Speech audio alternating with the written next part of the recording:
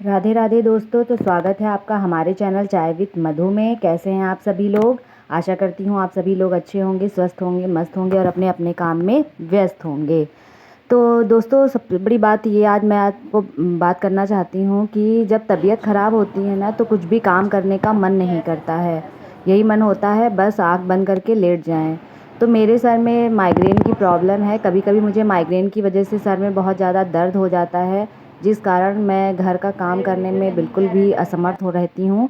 लेकिन फिर भी मैं कोशिश करती हूँ कि घर के सारे कामों को कर दूँ। और ये सर दर्द मेरा कभी भी अचानक से हो जाता है। इसका कोई फ़िक्स टाइम, डेट, समय कुछ भी नहीं है, कोई रीज़न नहीं है।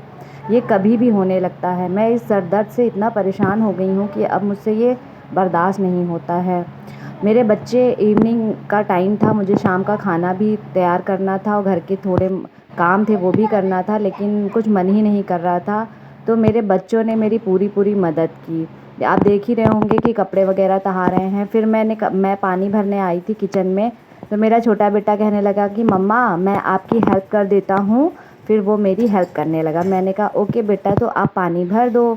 मेरा बड़ा बेटा कहने लगा कि मम्मी मैं आपके लिए चाय बनाता हूँ, शायद चाय पीने से आपका जो सर दर्द है वो ठीक हो जाए। वो देखता है कि मम्मा चाय पीती हैं तो उनको रिलैक्स मिलता है, तो वो चाय बनाने चला गया। तो मैंने कहा बेटा आपके टेस्ट हैं, आप एक काम करिए, आप पढ़ाई करिए, मम्मा बना लेगी चाय।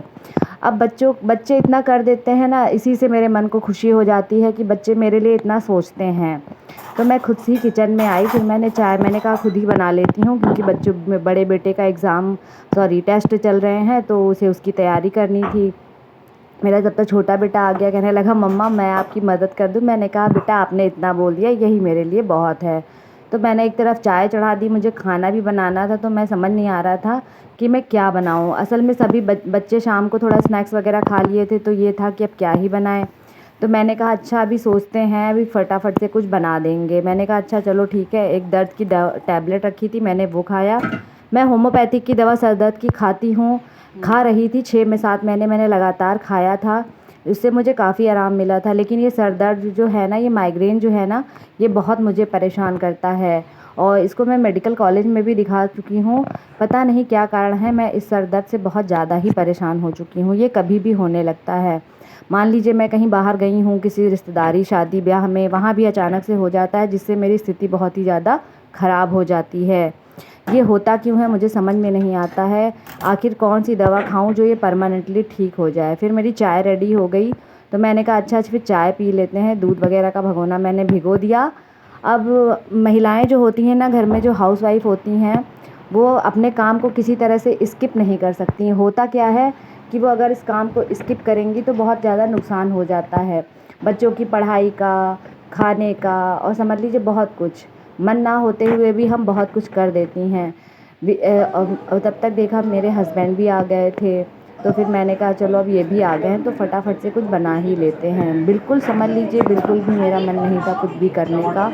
सर में जैसे लगता है ड्रिल मशीन चल रही होती है, वैसा वाला दर्द होता है। ये दर्द मुझे हमेशा से नहीं था। मेरी जब सेकंड डिलीवरी हुई उसके बाद से पता नहीं क्यों ये दर्द मेरा पीछा ही नहीं छोड़ रहा है। मैंने डॉक्टर से बात भी की, तो उन्होंने कहा जो एनेस्थीसिया का जो इंजेक्शन लगता है, शायद उसकी वजह से आपको ऐसी प्रॉब्लम हो गई होगी, बट ये ठीक हो जाएगी। बट ये आज तक मुझे ठीक नहीं हुई और ये सर दर्द मेरा पीछा आज भी नहीं छोड़ता है। तो मैंने कुछ हैवी सा बनाया भी नहीं, मेरा मन नहीं था। तो सुबह मैंने सब्ज़ी बना रखी थी और दाल भी रखी हुई थी, तो मैंने कहा सिर्फ रोटियां या पराठे बना देती हूँ। कभी कभी आप लोगों के साथ भी ऐसा होता होगा कि कुछ जैसे रखा होता है सुबह का सब्ज़ी वगैरह, तो कभी कभी होता है कि पराठे वगैरह सेक लेते हैं, वही खा लेते हैं। लेकिन चाहे बात जो भी हो, मैं किचन साफ़ करना बिल्कुल नहीं भूलती हूँ। तो मैंने खाना पीना सबको खिला करके किचन वगैरह सब कुछ साफ़ कर दिया है। और आपको ये हमारा ब्लॉग कैसा लगे हमें कमेंट करके ज़रूर बताएं।